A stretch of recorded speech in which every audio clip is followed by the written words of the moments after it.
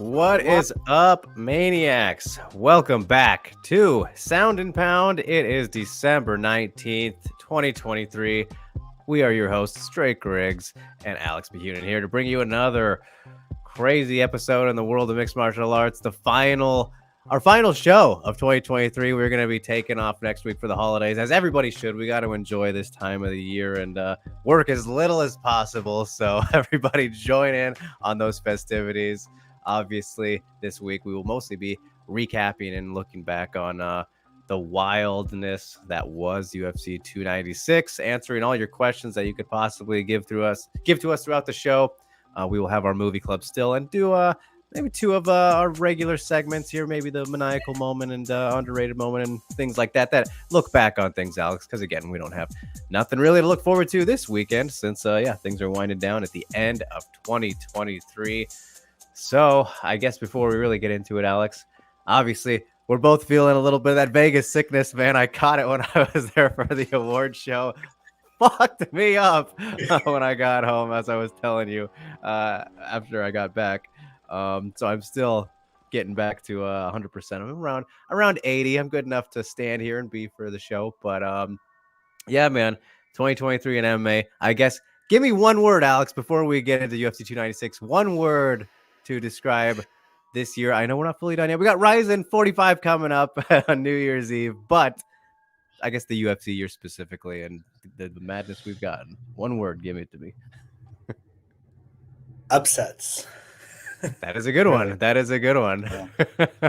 I mean, that has been the big story. Obviously, we got the Seans, not almost the Colbys. We'll get into that. But and some back and forth with Pereira and all that good stuff. So crazy stuff. But all right, let's just get right into UFC 296 then, shall we, Alex? And I mean, well, I guess let's just start off the top. I was going to go to the maniacal moment. I guess we'll kind of bleed into that. But Leon Edwards defeats Colby Covington, unanimous decision. 49-46 is across the board. I mean, it was a dog shit performance by Colby. Let's just get right into it. It's just like it was a bad main event due to Colt. I mean, like, you can blame Leon, but like, he's the champion. Like it's the same. I've seen a lot of people compare it to the UFC 276 Cannonier versus Adesanya, where like, people were blaming Adesanya for it, but like, and I was too. But on this instance, I'm like, Leon's the champion. Go get the belt. Colby just shit the bed, man. And like, that's what you get when you give somebody who's coming off who's 2-year layoff, hasn't fought anybody, like that. Like, what did we expect? What did Dana expect? What did he expect? Like, it just was a dog shit performance, and like,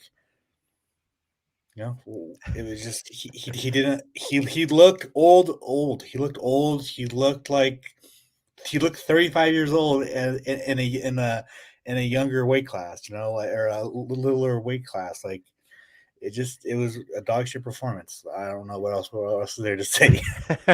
Yeah, a lot has already been said by many people, and they've all been very entertaining. But yes, what is up, everybody? Cole is here. Good to see you, sir. Hope all is well. Yeah, we're doing our best. Deadly Power Slap fan is here. Shout out to Alex, big fan brigade. James Kendrick says, wait, we got Taiwan Chai versus Super Bond on Friday, not MMA, but one pretends to be MMA. That is true. That is an excellent fight, so that will be fun for sure. Octagon updates. Pokimane is here, of course. Yeah, so it was very, very interesting. I think the biggest thing, obviously, with Colby's performance was he looked incredibly slow. That was the biggest thing for me. Like, aside from that, obviously he didn't fight how he typically fights, but he looked like the same guy in terms of what I was saying last week. Like, he throws the same shit over and over. Like, he has no variety to his combinations, nothing that really surprises you.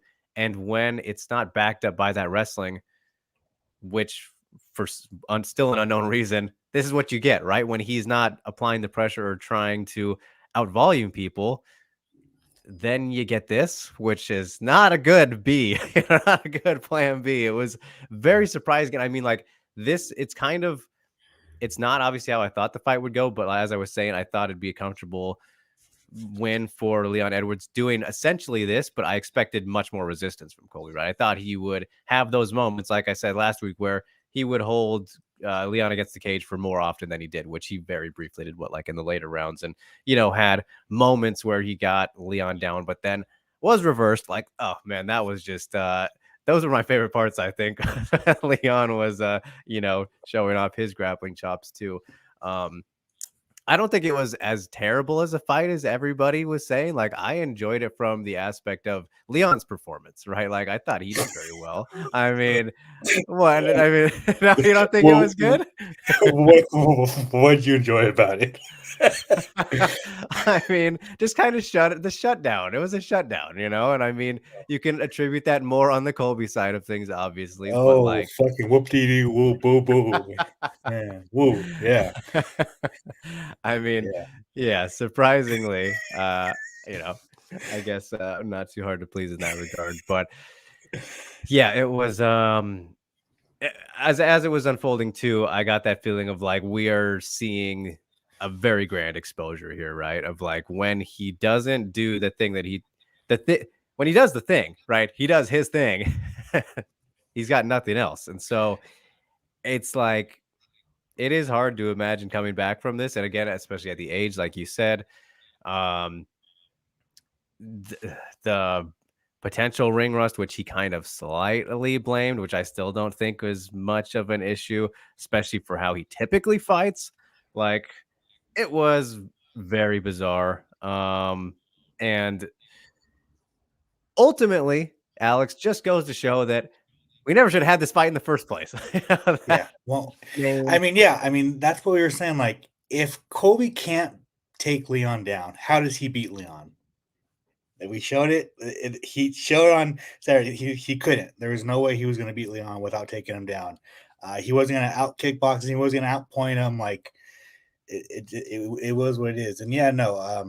I mean, looking back at it, it's just like he should not have got a title shot off of beating Jorge Masvidal and then making weight. Like, yeah, it made no sense. Colby and Dana were just trying every which way to try and get that belt, and it backfired, and we got a shit performance, and it sucks. Yeah, so this is kind of Kairos is here. Good to see you, sir. Interesting point he makes, and I want to bring it up to you because he says the fan base would have seen this version of Colby a lot sooner had he fought legitimate contenders, not been rewarded for sitting out. So that is kind of the thing I think that exposed this a lot was we already knew that only one of Colby's past so many wins is like still in the UFC or whatever. He hasn't been fighting, those top guys really and beating them in the last so many years. Going back to RDA when he fought for the interim title in 2018 that was. I mean, has he always been this guy? I guess that's the question, Alex. Like, I don't know. It's hard. It's hard because like I'm trying not to like let this shitty performance like cloud my judgment on like Colby. Because he's had some really dominating performances, but like people are saying, like they're against older fighters, against and stylistically favor yeah, him exactly, 1000%. Like he didn't fight a whole bunch of other grapplers or other wrestlers, right? Like he didn't, and he fought a bunch of older guys. The only one he really fought was Usman, right? And those two fights were great. The first one was spectacular, but the second one, I mean, I guess the second one was good too. But yeah. I mean, I don't know. I'm trying not to let this last performance cloud my judgment of like Colby's career because he had a good one. It's just he got old. He had ring rust. And this is what we got, He should not have got the title shot in the first place. Yeah, absolutely. So it's funny we were talking about it last week, man, about let's say he won, and let's say Wonder Boy won. Like, is there any possibility for that? Well, now they both lost, and that appears to be very likely. So, Karos here saying, do not let him fight Wonder Boy. He needs to be forced by top contenders instead of fighters on their way Yeah. out. I mean, I'm with like it makes sense, but like it depends on what the UFC wants to do with them. Like if the UFC still thinks they have juice in them, then they're gonna book that fight. If not, they're gonna book him against Shavkat Rakhmonov 1000%. You know, what I'm saying Yeah. like they're gonna start make they're start gonna they're going to start making a name off of Colby by having other people beat him. You know.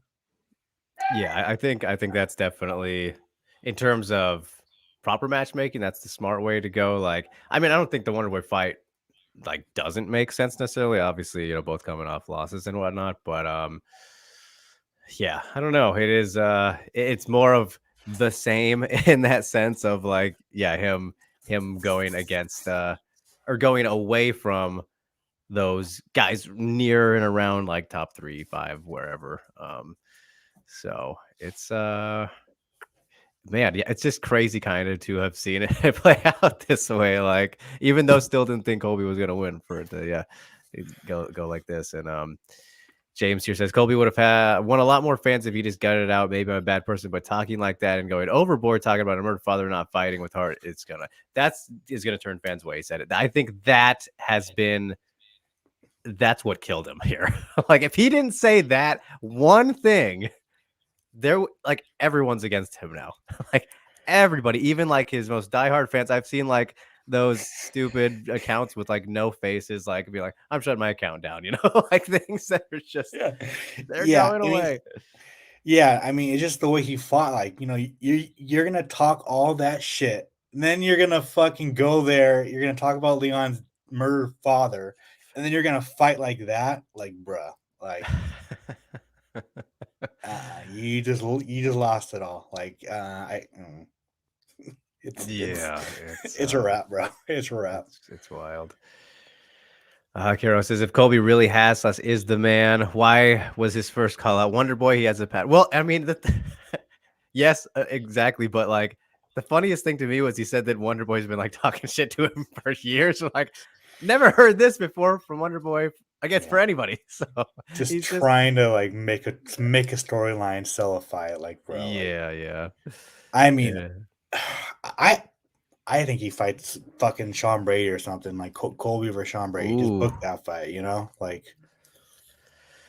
Yeah, certainly could do that one. I mean, it really depends on what they want to do with him and like what he's willing to accept. Like, he said he'll do like whatever they want, but I don't know if I necessarily believe that. I mean, it depends. It solely depends on like what the UFC thinks of him after this performance, Like, I mean, even Dana basically called him old and washed, like. Very true. Very true. All right, what did we get here? Ghost had a nomination for underrated moment of the week. I can probably guess, and it's not a fight, but a media moment. He says, underrated moment was a question Alex asked Leon about feigning the knee in the front kick, and Leon's answer showed his prep work and game playing. Loved it so much that I clipped it. Oh, there you go, Alex. Getting some shouts for your great work backstage. And what did he say? Well, counterpoint to Alex, Leon is a phenomenal game planner with a unique skill set. It was a bad fight, but Leon Edwards is a gold mine for techers, so maybe that hindered Colby. Yeah, I think I mean, that's what do we kind of boil it down to more? Just like Leon doing this to him, or I mean, I think it's a combination of kind of everything, really. I don't know. It's hard to say one specific thing. But it was just not good. I think that's the best way to sum it up.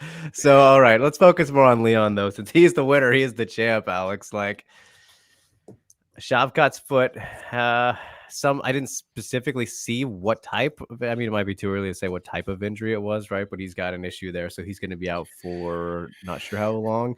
And he went into the fight with it, right? So, Yeah, which makes his performance even that much better. yes, exactly. So Shavkat, of course, continuing the unbeaten, undefeated, unfinished finishing streak, 18-0. Submits Wonderboy, first guy to do so, round 2 rear naked choke. So that was fantastic there. All right. So since he's obviously going to be out a little bit now, let's just get the Bilal fucking rematch going. This is what we should have had in the first place. All this, yada, yada. I want to ask though, do you think that would have been? I mean, that was our question, right? It was like probably a finish no matter what to leapfrog, and I mean that's just what Shavkat's thing. That is the ultimate thing you could ask for. Would that have been enough anyway? Like, I mean, before we knew about the foot injury, Dana wasn't even too sure. It kind of seems so. Like honestly, like in the media room last night, I was asking people, and like everyone, like it seemed like Shavkat just jumped over Bilal. And like it just kind of like makes sense just because like that fight wasn't good. It was kind of boring. The UFC is gonna blame Leon for making it boring. Who's not boring? Shavkat. Gonna put a not boring guy against a boring guy, you know. And then I just like that's what I was thinking about all Saturday night about the matchmaking. Now, I think Bilal deserves it? Yeah, he does. He put in the work. There's a storyline there. If he gets a title shot next, I wouldn't be mad at all. Like to give it to him, get it over with. Let's go. Shavkat's to be champion anyway, so like whatever. if they do go the Shavkat route, fuck yeah, like let's go. So like, I mean, as much as I want Shavkat to like get it because I think he's future champion, I think Bilal definitely deserve it just because of the work he put in and the storyline. Yeah. And technically did not lose to Leon. So there is that. Right. It's really interesting though, I think, with that potential fight and like all the timing of all this stuff happening now. Shavkat out. Leon going through this fight, essentially taking no damage whatsoever. Obviously, Bilal ready to go whenever.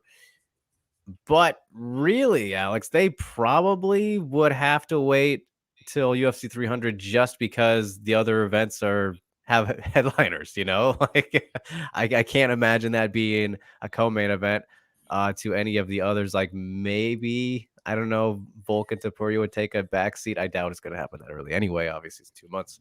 But 300 would be like the earliest best case right now, right? Like not a bad fight for it either. I think I'd be totally fine with that. It's just like, would Shavkat be healthy by then? Like that could be where the problem then lies. But Yeah. otherwise, if everything's all good to go, I see no reason for that not to be there. That would be fine to have as one of 3 or 4 title fights, you know, if we're gonna get crazy, right? Yeah, 1000%. Yeah, you can definitely put that on UFC 300 as an undercard fight. I heard that they're doing the UK in like July, so Okay. you know, it honestly it all depends on when Leon wants to return. He said he wants to fight 4 times. Everyone says that after Yes. you know what I'm saying. So hopefully he does. Like hopefully he is more active. Like that's the one knock about against him that I've seen. And I mean I used to like I wish he was just a little bit more active. But he's fought 2 times his career, most of his career. Yeah, I mean it just depends on when he wants to return, and then who's like the timing, like who's ready, you know.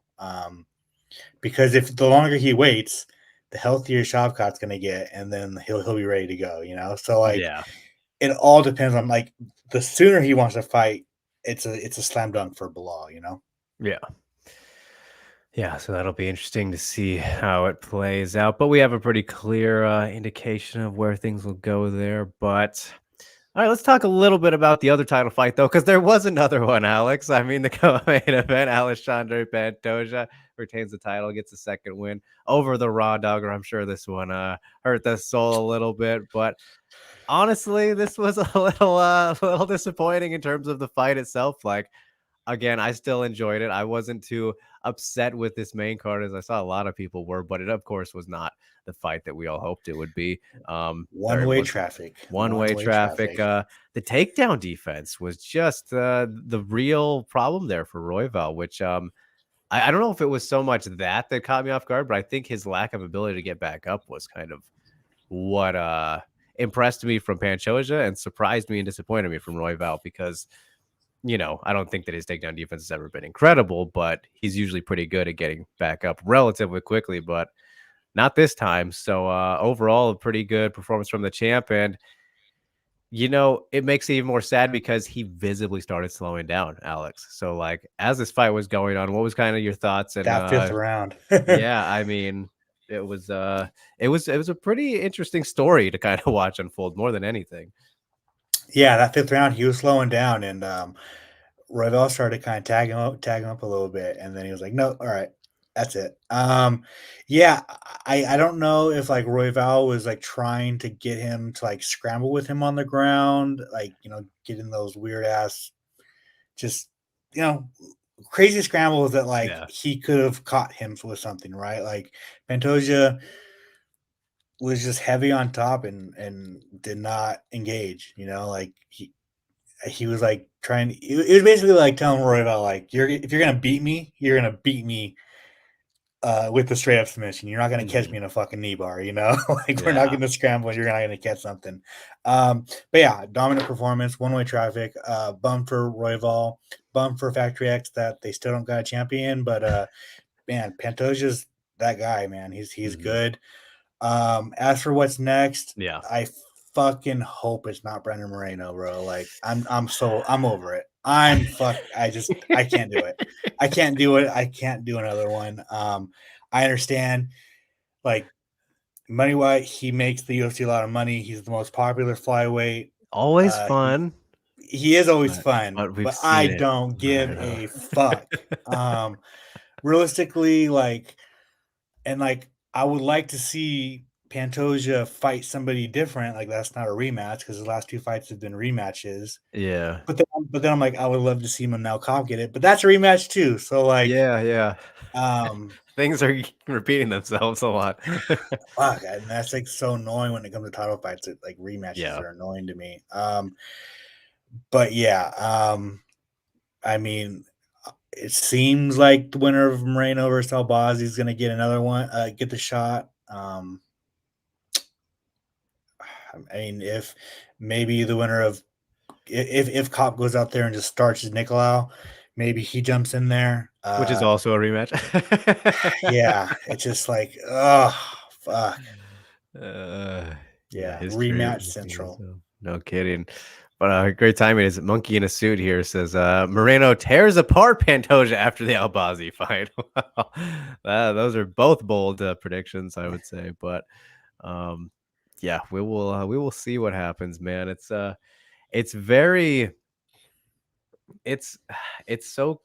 very interesting with flyweight, right? Because the fights are always very entertaining, all very good.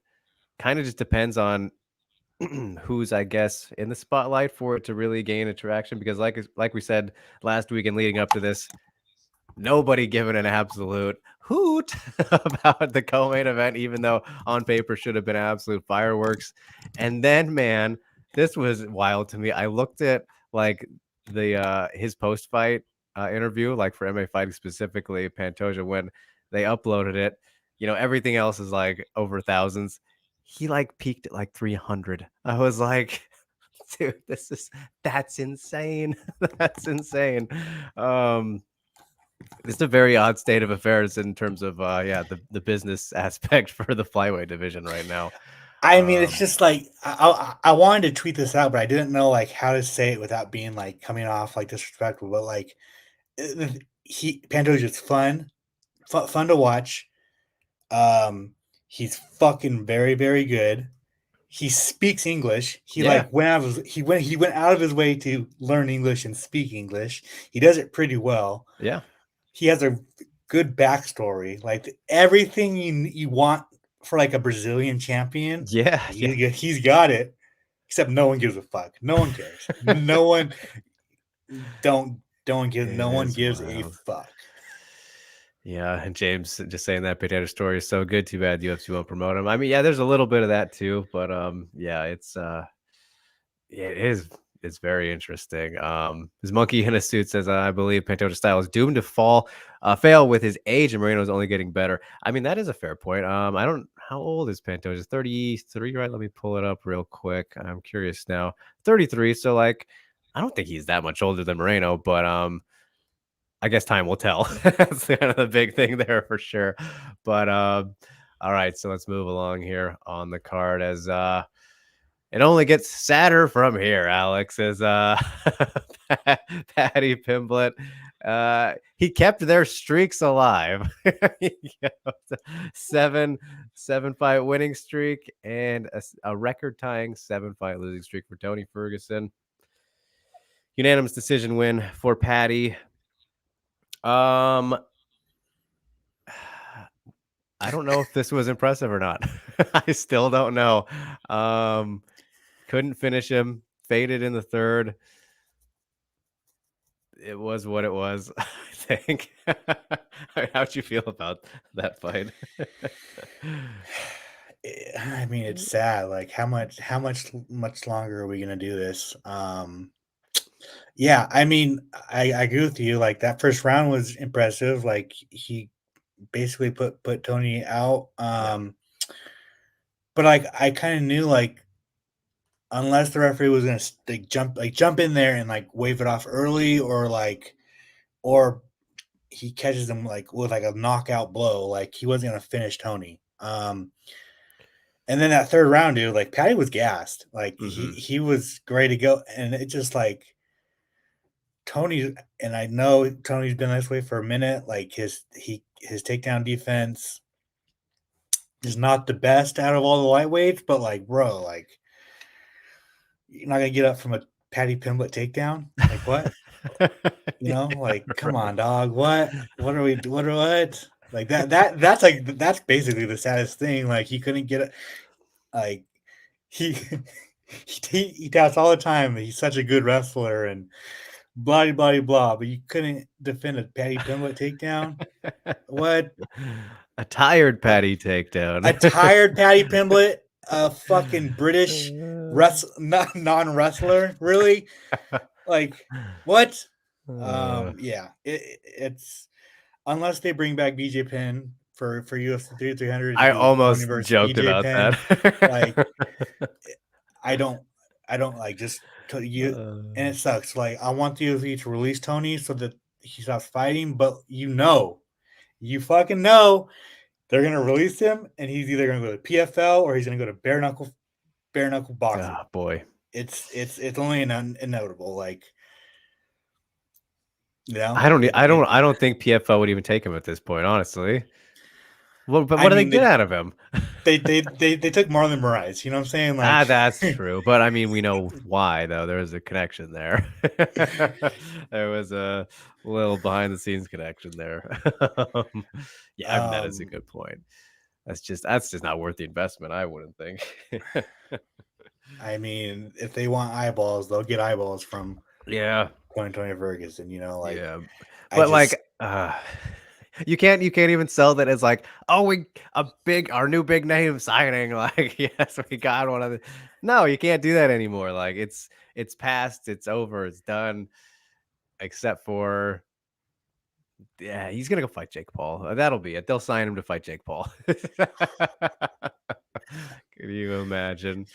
He'd get knocked out. He would get knocked out because that's the trend. Yeah, it's sad. I'm just like, it's, man. He had a good run. It's over, man. It's over, and I don't want him to break. Like, he's tied with BJ Penn with the don't break it. Streak. Like, don't break it, bro. Like, man, sucks. So James is challenging us, Alex. Can we do the Scouser accent here? I can't do it. I know you could probably do it. I always notice how he'll say what is it? Whenever he says like, it's like a lot. It's like there's always that thickness on the end of like K words. I can't really do and not too well. That was more Scottish right there. What did we have here though? There was somebody asked about oh, James said about Pantoja. Would you guys describe Pantoja as the Ortega of 125? Garage band on the feet, but Mozart on the ground, and his takedowns are actually bad, even though he took Royval down. I think there are maybe some similarities there, but I think Pantoja overall is a lot cleaner, more well-rounded than Ortega. Like obviously, I think his grappling is probably his best area. He's more of like an Arnold Allen kind of a thing. Yeah. At least like Ortega will take you down, tap you. You know, like Right. Yeah. That's true.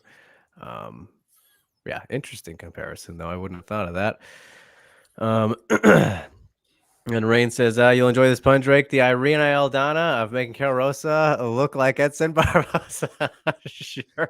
Well, since you brought it up, Rain, the highlight of the night, Irina Aldana gets the win over Carol Rosa. Alex got to eat his hat now. Dude, and I'll be 100% like I left press row because I knew I was like this fight's gonna be shit. So I walked back to I went back to the back, missed the first round, and then sat down and was like, oh fuck, I should have stayed out there for this. Yeah, no, I had I fully in my mind like this is gonna where I'm gonna go back, kind of start setting for, and man, that fantastic. I was wrong on that one, dude. I was talking mad shit all week about this fight, and from the point it was announced, even 1000%, dude. I did not give a fuck about this fight, and boy, was I wrong, and I'm glad I was wrong because that fight was ruled. Yes, it was absolutely incredible, and I mean, it was crazy. I've watched it twice already, and I didn't like realize until the second watch that like you see all the damage on their faces. That was pretty much all from round 3. Like, of course, they got touched up before then, but like it built so rapidly, and that third round was nuts, man. Like it was insane, just the Terminator mode that Aldana initiated, and it's so crazy with her because like I love Irina Aldana. She's been one of my favorites since like the Invicted days, but like her biggest issue has obviously been she just can't like handle the big spotlight moments. You know, she falls short. You know, the Holly Holm fight, even though broken foot, but still terrible game plan approach to all that. The Amanda Nunes fight, obviously, even in Invicta when she had her title fight against Evinger, got dominated there. Like she can't win the big one, but when she's either coming back like after those moments or trying to get back there, goddamn, she's just like insane to watch, dude. Like in one way or another. And of course, it was a pretty terrible first round for her too. Just not checking 0% of leg kicks and like getting the record set on her by Hosa. So that was, I love that Carol continued that throughout. And God, like it's got to be so demoralizing for that it didn't work out. That the leg kicks didn't deter this mad woman. So yeah, I mean, props to both of them for an amazing fight. We saw Misha make the hinting calling out there maybe of Aldana next, and you said that was what they were wanting, right? Initially. So yeah, that was the fight that Misha turned down. So do we do it now? Like how would you match make after this? Like why not? Yeah, 1000%. UFC 300, just put on UFC 300. Do it. Yeah. Jeez, I don't know. Or do you do Misha versus Holly Holm? Like that's which still yeah. Ugh. That's still the one, I think. But I mean, yeah. That's a good question.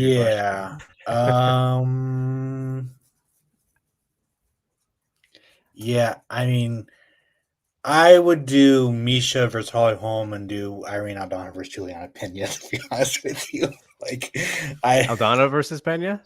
Yeah. Okay, yeah. I'd be fine with that too. Yeah.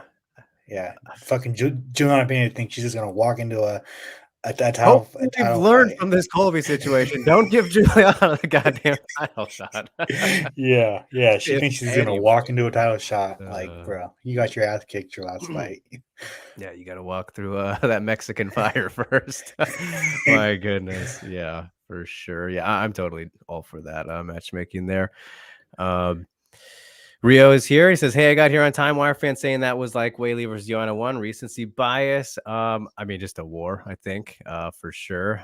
Both great fights, though. The Aldana Rosa fight, people are compared. Yeah, no, people have been saying that. I mean, it was phenomenal. It was one of the better fights of the year. Rain says people were asking why Aldana didn't do that against Nunes. Don't you guys think if she fought like that against Nunes, it would have ended earlier because Nunes power? Probably a good chance in that Nunes would have caught her there. And I mean, still, I mean, there were no takedown attempts at all from Rosa, which was kind of surprising now that I think about it. Like, I think she just got so caught up in enjoying, that war that just slipped the mind maybe, but it would have been smart. It would have been a smart idea. For So, sure. yeah, different kind of fighters there, obviously, to approach from Aldana. But all right, Alex, before we kind of move along here to maybe some underrated moments, I won't go through the whole entire undercard, but we got to talk about good Lord, the death of Bryce Mitchell to open up this card. I Josh called that Emmett. one. I called Yeah. that one. Dude, I legitimately thought we didn't talk about. I don't think we talked about the odds last week when we previewed this, but I thought that like the screen was messed up, dude. How the shit was Bryce of minus 200? Like that blows my mind. Did you put something down and make some money off of this? I Because did. I bet Emmett by knockout. I thought that from the second they booked this yeah, fight. Because another one, like, if Mitchell can't get Emmett down, how does he beat Josh Emmett? He he doesn't. doesn't. He doesn't. He gets blasted into outer space. Yeah, he got bonked. Dude, that was a horrifying knockout. That was scary. And yeah, I mean, I think, and I'm trying not to let the moment like kind of get to me. I think that Yeah. might be knockout of the year for me.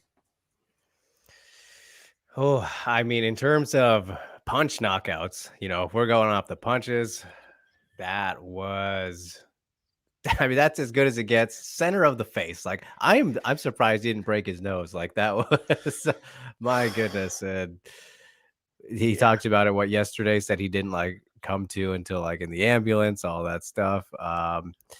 Yeah, it was nasty. I mean, there's not much more you could say to it. I mean, Josh Emmett has that power. yeah. I mean, 1000%. And like, yeah, he got demolished by Ilya Taporia and got tapped by Yair Rodriguez, but those guys are the tip top of the division, right? Like, and so and I understand like there's a case that like Taporia gave him career altering damage, but like this was the fight that we were gonna find out about it. And obviously he's still that guy and he can still beat a lot of the guys in that division. And he's a dangerous fight. Like, you know.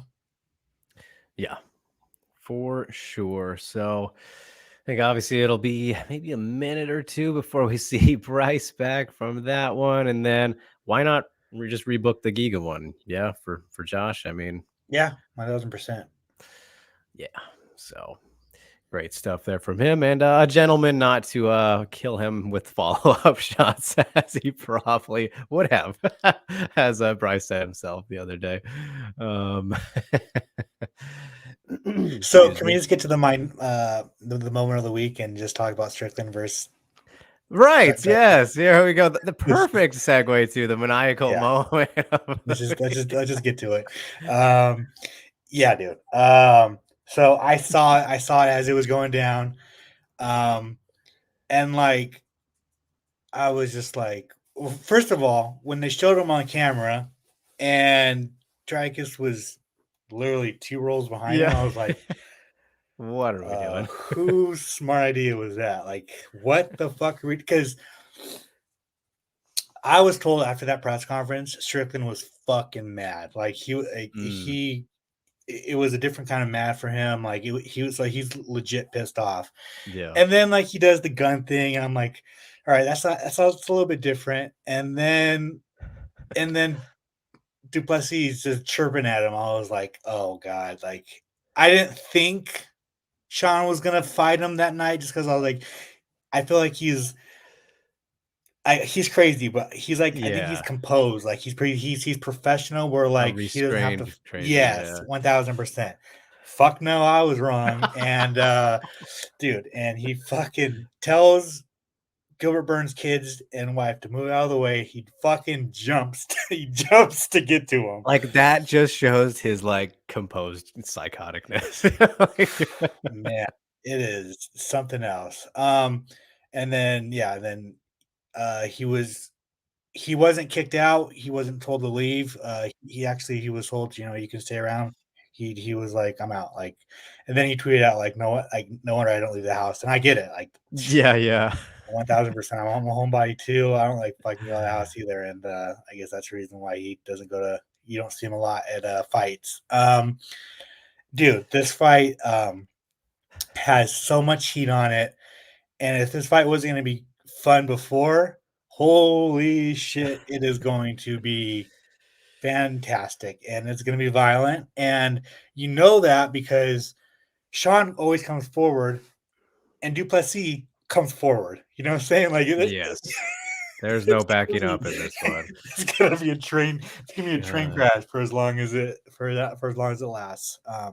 Yeah, I can't wait. And like, it was kind of like organic growth, like like organic fight hype, right? Like the UFC didn't have it didn't force it. Like Right. it just happened. It happened It just itself. happened, yeah.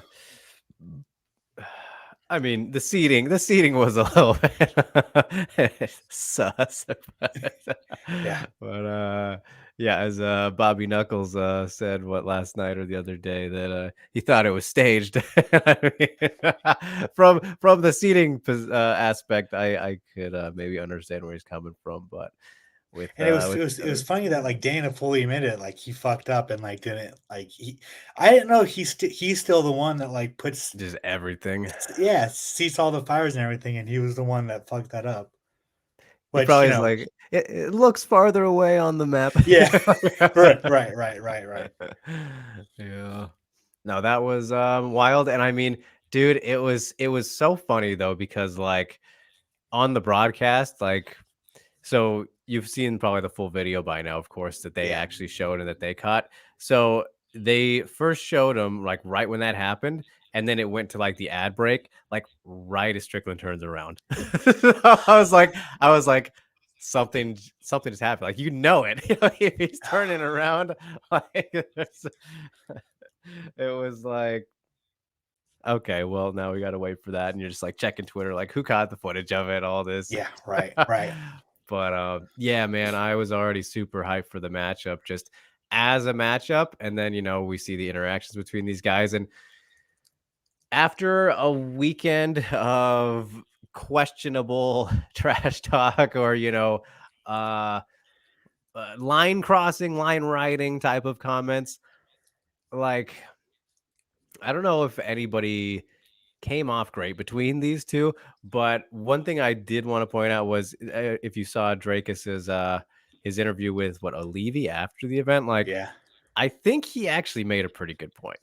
I actually do want to point that out because yes, I don't like that he's people going after their dads and these kind of things and whatnot, but he mentioned how Sean can fucking say shit about every single type of possible thing and these slurs and all that, and what he can't take. I'm like, he's got kind of a point, man. He's opened himself up to like 1000. Hey man. 1000%. I know, I agree with the 1000%. That's what we were like saying, like is it a case where like Sean can't take it? Like he can talk shit but can't take it. But also in that press conference, he was the one calling Dricus gay, and then called him the F. You know what I'm saying? Like he called him that, and then Drake was like, "All right, you know what I'm saying? Like you call me gay? Well, I'm gonna make fun of you. I'm gonna make fun of you this time." And then something snaps. So it's like it's interesting. Like like it didn't just like it wasn't Colby where like it just came out of fucking nowhere, right? Like when Colby made fun of Leon's dad, it That was was like, like, whoa. yeah, it was like out of fucking left field, 3,000 miles away. You know what I'm saying? Yeah. Like at least like it was concocted. We're like, all right, I'm gonna make fun of you and your coach's relationship, and Drake was like, all right, well, I'm gonna make fun of your fucking dad beating the shit out of you. Like it was like table tennis. Like, all right, Yeah, no, you that's know, true. That's very true. Yeah. And I think that's kind of why there's been way less, backlash for Dracus about it, is because, there was a necessary kind of build up reaction to it. Not necessary yeah, exactly, but understandable maybe is better, yeah. the better word. So yeah, that's an excellent point. Because the Colby one was just like, Jesus, like that was it was what it was, obviously. So crazy, crazy times, the press conferences these past 2 weeks. We'll see how the two free fight press conference goes next month. I'm quite fascinated. Yeah, right. But boy, oh boy. Um all right. So, with that in mind, Alex, I do wanted to highlight some of the underrated moments, or pick our top underrated moments from this week, because there was one, or how many did I do? Two here. There was a couple that we haven't even talked about. So, yeah, there was one I want to highlight. But for you, what would you say was the most underrated moment of the week, if you could pick just one? I think I know where you're gonna go, so I'll Mhm. let you take that. I'll go Cody Garbrandt knocking out Brian Kelleher. Um, I mean, Cody looked good. Cody looked like the Cody of old, where like he's exciting, comes forward, not hesitant, not even thinking about wrestling. Like he went out there with full intention to knock Brian Kelleher out, Mhm. and that's what he did. And it was nice to see. Yeah, I just it's nice to see Cody Garbrandt win and win like that. Yes, yeah, that was definitely a solid performance. Don't quite think he's fully a Cody of old, as some people have been saying, but Yeah, it was a solid win. I still don't trust his chin, and I think if you give him, obviously, Brian Kelleher's not the most best, best Yes. bantamweight. Yeah. Although, like you look at his resume, like he's lost to only really really good guys, Yeah. right? Mhm. So like but someone more technical with a little bit more power. I still need to like Still see problems, Cody's. yeah, Yeah. I still don't trust Cody's chin. So for sure. Then as for mine, you guessed it, I'm sure, but the violence queen, Ariane Lipski, getting the job done against Casey O'Neill, pretty much pitching a shutout, beating her from pillar to post. My goodness, like this was surprising. Like not the fact that Lipski won, because I think she has turned that new leaf, kind of going back to showing us those glimpses of the KSW champion that was one of the very best top 5 flyweights in the world before the UFC brought in the whole division, and that she came in and all that stuff. But before this fight, she had gotten back to, making these improvements, and especially with her grappling. And then in this fight against Casey, just had nothing for her. Like, I expected that Ariane could get the job done, but I thought it would have been a whole lot closer, because stylistically on paper, Casey O'Neill should have been a tougher matchup for her because of her own grappling and, the ability she has there. But man, she just had nothing for her. And to see her kind of get pieced up on the feet was definitely something that was fair to expect. But Lipski is just putting it together. And then her ability to close with submissions after hurting people, that has continued to shine throughout her entire career, and only getting more and more dangerous. Like, don't know if anything's wrong with Casey O'Neill's arm. Haven't heard anything there yet. I know you are close with her as well, Alex, right? So I hope she's all right. But man, that was a bummer from her end. But like Lipski, she is getting back to contender status, which is really great to see. I'm very happy for her and excited to see what is next as she continues to build. So she deserves a shout, because that was, I mean, probably her best UFC performance for sure. I don't know if I want to say of her career, because again, pre UFC, she had some amazing performances, but she's getting, kind of coming into her second prime, if you will. Like, this is like 3.0 Lipski. So yeah, big props to her. I mean, that was great stuff. I mean, it's she's a perfect case where you like, starts out 2-4 in the UFC. It's bad. Does not look good whatsoever, and we're like, oh, like we all think like, oh, well, this is the flop, right? Like, Yeah. it's another case where like you look good in a regional show, you come to the UFC, doesn't work out, but she just continues to work, continues to get better, and like this is what you get from her, and it's awesome to see, and I think it should give hope to other fighters that like you keep your head down, you keep working, you switch gyms, you do whatever you need to do, like you can do what Ariana Lipski can do, but also it gives I guess shows fans or whoever like don't just don't go, say that someone's the worst fighter of all time, Yeah. and saying, and then they come back and turn their career around. Yeah, write them off fully. Yeah, exactly. Yes. So it has been quite a mini turnaround for the Violence Queen. You'd love to see it. And I'm curious to see how O'Neal rebounds too, because she doesn't seem like one. But let's not count her out yet either. I know there's been a lot of that going on, saying she's been a bust now and stuff, which is pretty silly considering who she has lost to and all that. So. All right. Well, that'll wrap up the underrated moment of the week and our UFC 296 talk for the moment until we get to some of those questions at the end of the show. But, Alex, let's get on into it. Our favorite segment of the show, the Dralex Movie Club, with your spoilers, as always. So, this past week, I had Training Day from 2001. And Alex, he skipped the week before, which was supposed to be Climax from 2018, and he got it done. I'm assuming he didn't specify. He just sent me a text that I was assuming was it. Climax this week. So start us off, sir. You haven't texted me about a movie yet, and that was the first time. So what did you think about this experience, this trip? Yeah, I mean that's what this movie was. It was an experience. It was an acid trip, 1000%. And so acid is one drug I've never tried, and the reason for that is because my mom scared the fuck out of me. She said, one of her friends took it, jumped off a building, whatever. So it's always has scared the shit out of me. So I never took acid.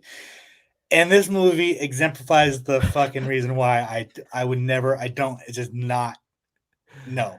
It is not gonna, no. So basically, it's so effective, this movie. Yeah, 1000%. Group of dancers take acid on accident, and how incredible was that opening scene though? My God. No, the opening scene was great, and then the 42-minute uncut one shot to end the movie is just it's incredible. It's incredible. It's one of those I had never heard of that 42-minute shot before this movie, and I'm like, how bro, I'm a hardcore movie fan, and how have I never heard of this incredible feat before? Yeah, I mean, it was good. Was there any like one performance that like blows me away? No, like I really like Sophia Botella. She was probably the best. Yeah. There were memorable scenes. But like, yeah, it's just it's unnerving, it's uncomfortable, and it's like if you want to watch like a don't do drugs movie, this is probably a pretty good one to show somebody.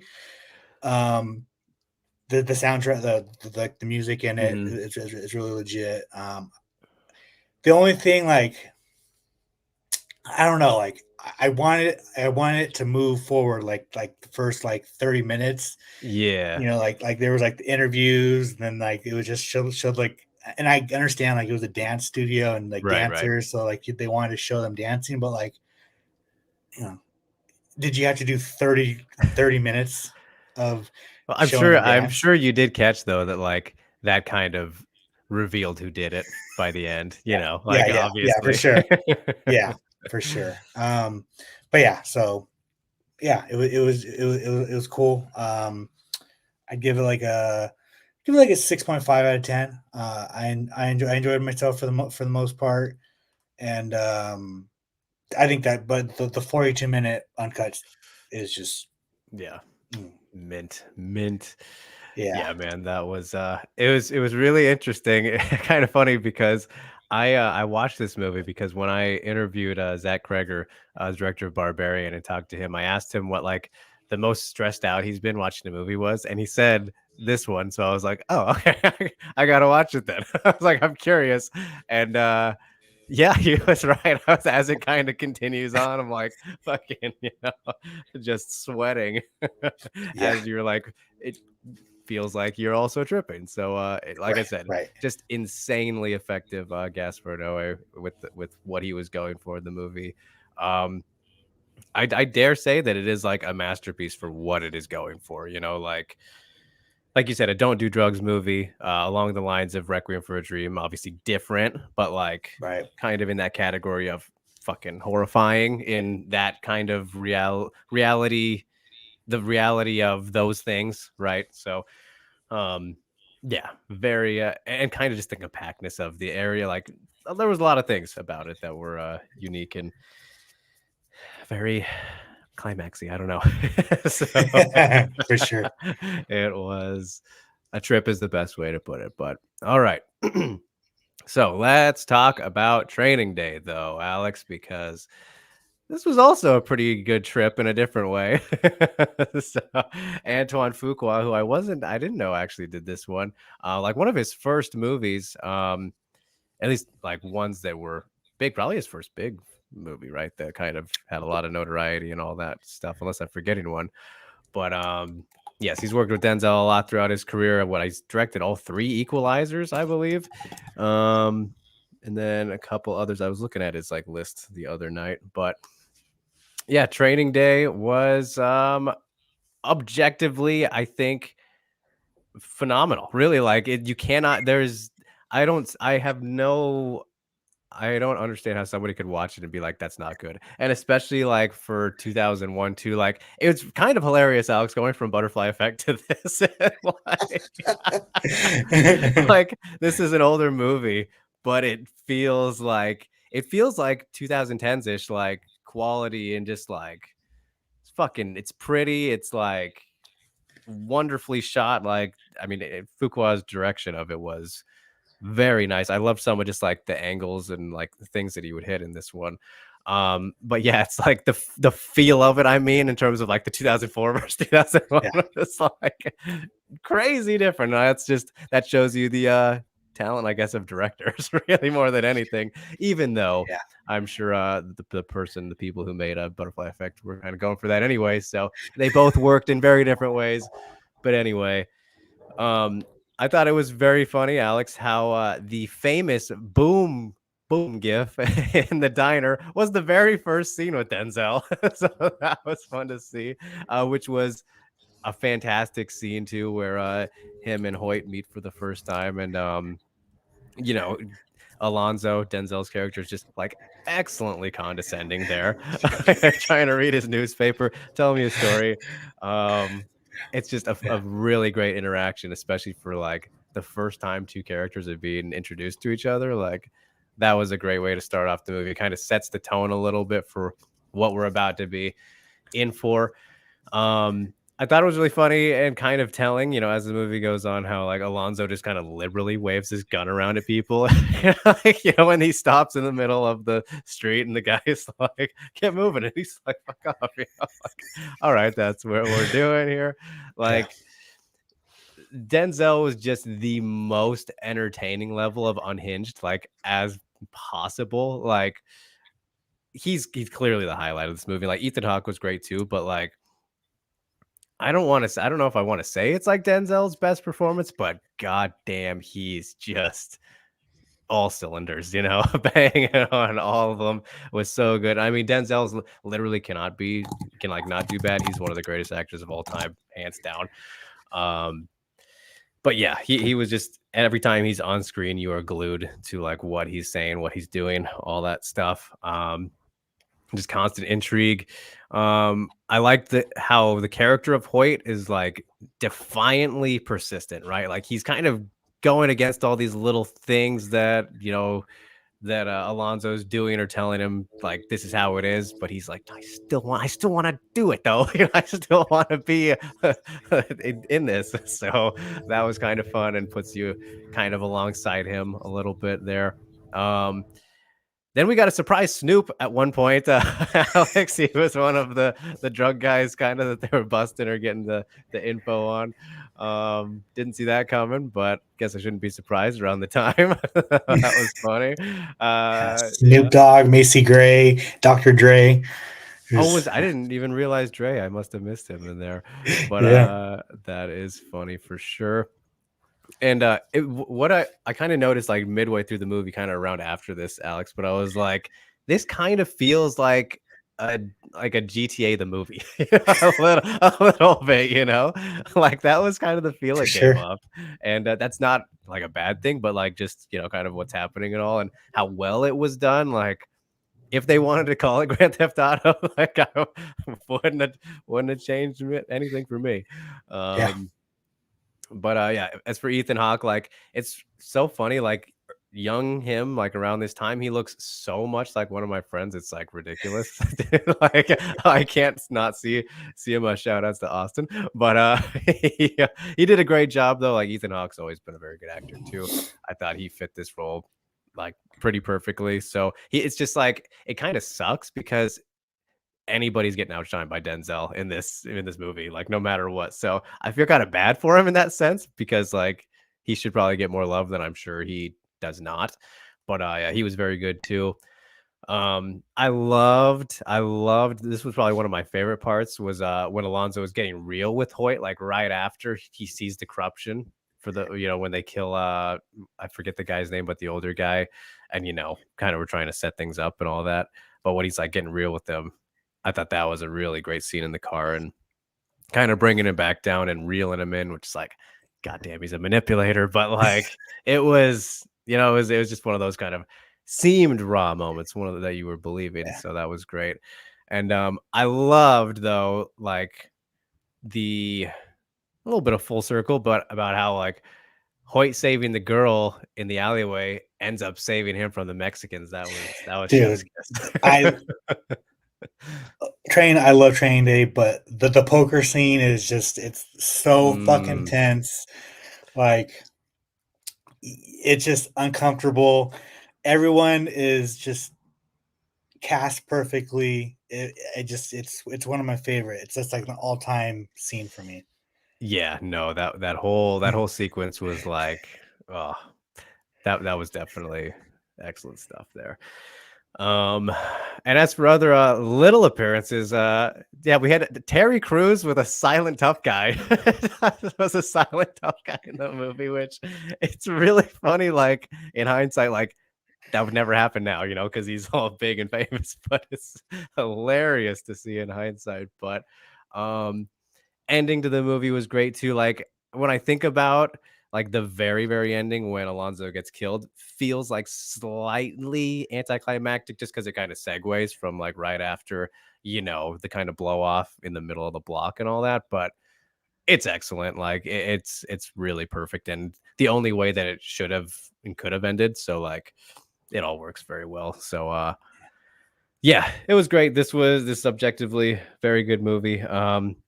Yeah, pretty surprised that hadn't seen it until now, but this is like a very, very solid, comfortable 9 at least. Like I wouldn't be mad if somebody thinks it's a 10 out of 10. I'm sure plenty of people do, but like it's great. It is very great.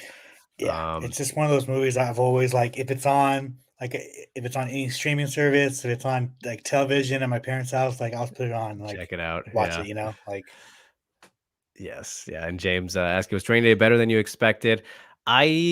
I think so, just because like I really wasn't sure what to expect, because it was one of those that I heard about, obviously, it's one of like Denzel's movies, and I'd seen the gifts and kind of things like that, but I never exactly knew what it was actually about. So I would say yes by default there, which I'm kind of glad that I was so, sheltered about it. But yeah, it was definitely very, very good.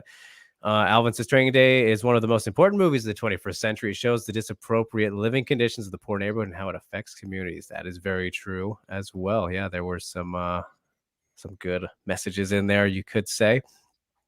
But all right, so that will wrap up our reviews for the movies. But Alex, I know I said that I wanted to do a watch along for this week, but I think because of the holidays, and I don't know if I'll be able to get to a theater for like Dream Scenario or something, and it's already fallen out of theaters where I'm at, so might have to wait on that one. But we can just do our singles again this week if you're down for that. I have a lot of options now, so hit me with yours first. Have you seen Ex Machina? Oh yes, love it. One of my favorites. So good, so good. All right. I have two. Have you seen Jojo Rabbit? Yes, also fantastic. Okay, good. All right, incredible. Then, all right, I'm so happy you've seen those two movies. I was gonna fucking tear into you, but all right. Well, then you're watching The Wrestler because okay. Yeah, you had that one teed up from last time. Yeah. And plus, Iron Claw's coming out, and I cannot fucking wait to watch that movie. Yeah, all right. Maybe that can be our next watch along. Depending, would you remember which day that is? I think it comes out. I think it comes out Thursday. Okay. All right. So yeah, we'll see. All right. Well, now for you, I got a good list of options here now that I came up with. So let's see. I'm gonna ease off of the anxiety trips for you now from the last time, because that's peak there. So how about, have you seen Brawl in Cell Block 99? Yeah, I love that movie. Yes, very good. Vince Vaughn, one of his underrated gems, I would say. All right, then we'll take a pretty big tonal shift. How about Everything Must Go from 2010? Is that with Will Ferrell? Yeah. I believe I have, but I don't remember it at all. All right, well, give it a go. You're giving it a go anyway. If you can't remember, you're doing it. All right. Yes. So the serious comedian movies is kind of what I was highlighting there. But I love that one too. So all right, you guys, there you go. If you want to watch along with us this week, I'll be watching The Wrestler with Mickey Rourke. What is that, 2009-ish probably, if I had to guess. And then Everything Must Go with Will Ferrell from 2010. Yes, that will wrap up the Dralex Movie Club. As Rio throwing some here out for us. Have you ever seen Safe House? Either of you? Yes, I saw Safe House in theater. That's one. Ryan Reynolds is also in that, right? Denzel and Ryan. Yeah. Okay, there he goes. Did they make a sequel to that? Was there a Safe House 2? I don't remember. I know I saw the first one when it came out in theater, but I might be thinking of the Samuel, the Hitman Bodyguard. That's probably what I'm getting confused. Which I feel like those are probably similar, but Safe House was enjoyable. I liked it from what I remember. It's been a long time, but all right. With that in mind, we will close out here. Just get some of the questions out of the way before we bounce, you guys. Scrolling back to the top. Where are we? Oh, Ghost had. No, we already read that. Oh, James was asking about the Bryce Mitchell knockout. Did you guys find it sickening that the UFC broadcast crew kept zooming in on Bryce Mitchell, convulsing? Some decency, please, for the losing fighter. I don't like Bryce, but he should. I think they only zoomed in once. I think they right when it happened, they saw it and then they went out. Well, it's you don't expect that. You didn't see that coming. So, if they would have kept re-showing that part, that would have not been too wholesome, I guess you could say. Thankfully they did not. Ghost says, Drake, you saw my response to that, talking about the Strickland stuff. Real maniacal moment was Strickland using his rear hand and rear elbows. I wasn't surprised with the brawl, more surprised with his use of his rear hand. Yeah, I know. I saw a lot of comments like saying Sean doesn't even fight this way in his actual fights. That's funny. As Ghost said, Drake, I'm excited for you to talk about Training Day. I watched it when I was 12. It was horrifying at the time, but rewatching as an adult, you can really appreciate this story. Yeah, no, I could definitely see how if I watched the movie as a kid, it'd probably be a kind of like intense in a very different way, you know? So that was, that's kind of when you know there's kind of, that movie's good with the layers kind of potential that it can be perceived in. So yeah, Training Day was awesome.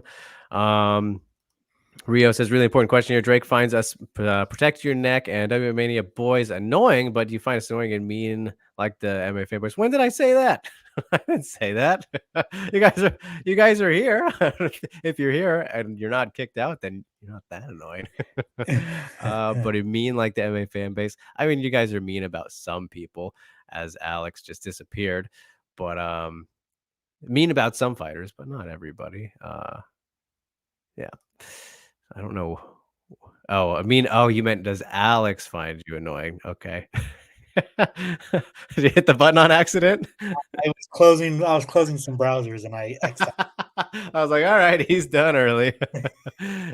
He meant to say, does Alex find us annoying? I was like, all right, that makes sense. I was so annoyed that I had to close the browser. Fuck out of here. No, I haven't found anybody really annoying yet. So there you go, guys. I do find, and I ranted about this yesterday, the fucking MMA fan base calling Shavkat boring after that first round of Steven Wonder Boy.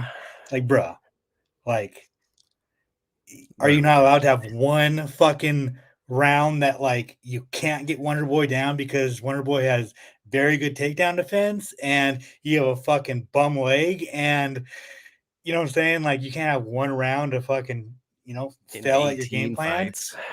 Like 18 fights, 18 finishes. The first guy to finish Wonder Boy by submission, like like spoiled.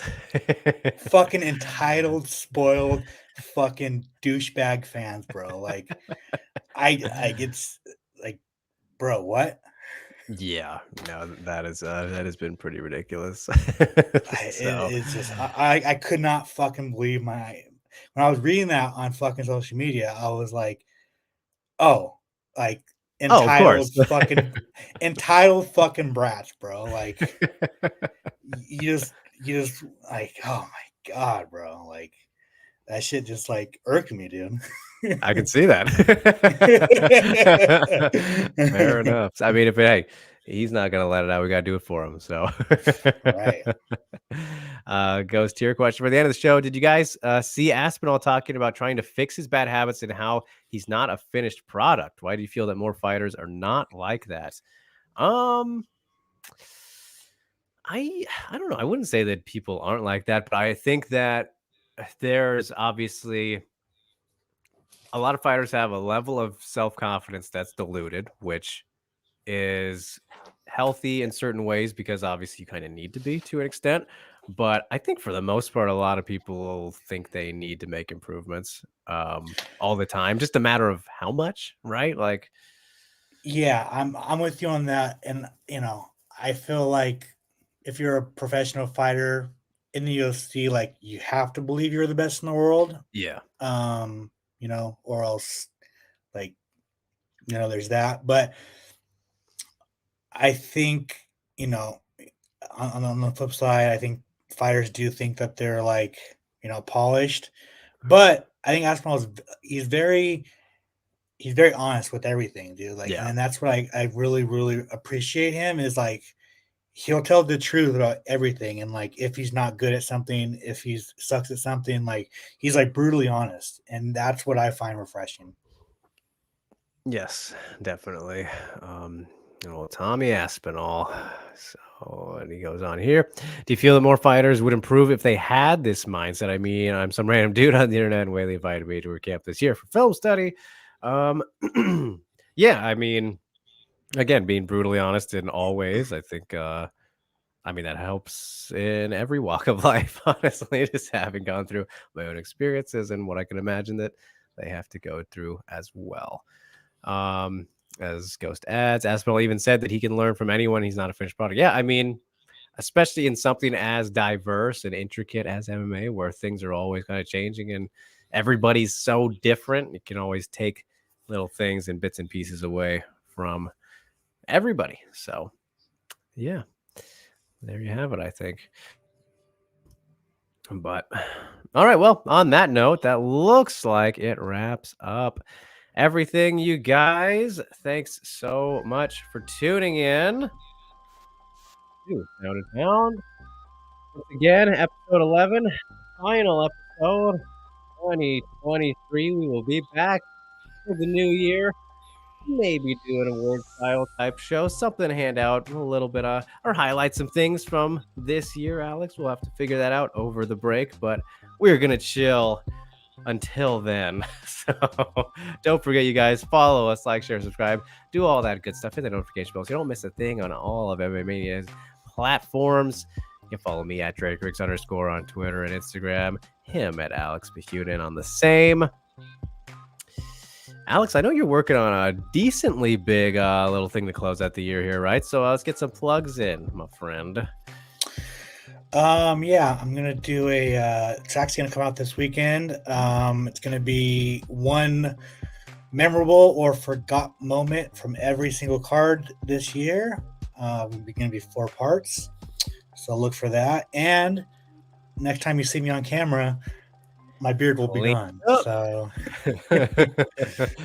hell yes. And as for me, you guys, I just dropped my chat with JLP the Gangster Sonnen yesterday from the World MMA Awards show from last Thursday. Got 3 more coming from that. Probably gonna drop them like all on Christmas just to limit working on Christmas, so you can look forward to those presents there in the forms of interviews with Laura Sanko, Leah McCourt, and Impa Kasanganay, PFL Light Heavyweight Champion. But the Chael Sonnen one is out now already. Broad Horizon episode 33 is out. Juan Archuleta and John Dodson. And then episode 34 is also on the way, coming before Ryzen 45 at the end of the year. And that'll probably be it for the time being. I'm not going to be bothering too many people until 2024 and chilling and getting fully healthy. I need to sit down. So until then, you guys, thanks so much for tuning in. Thanks so much for supporting us and watching along, commenting, hanging out, all that good stuff for all the time that you have.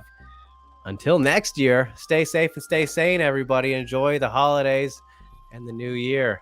We will see ya.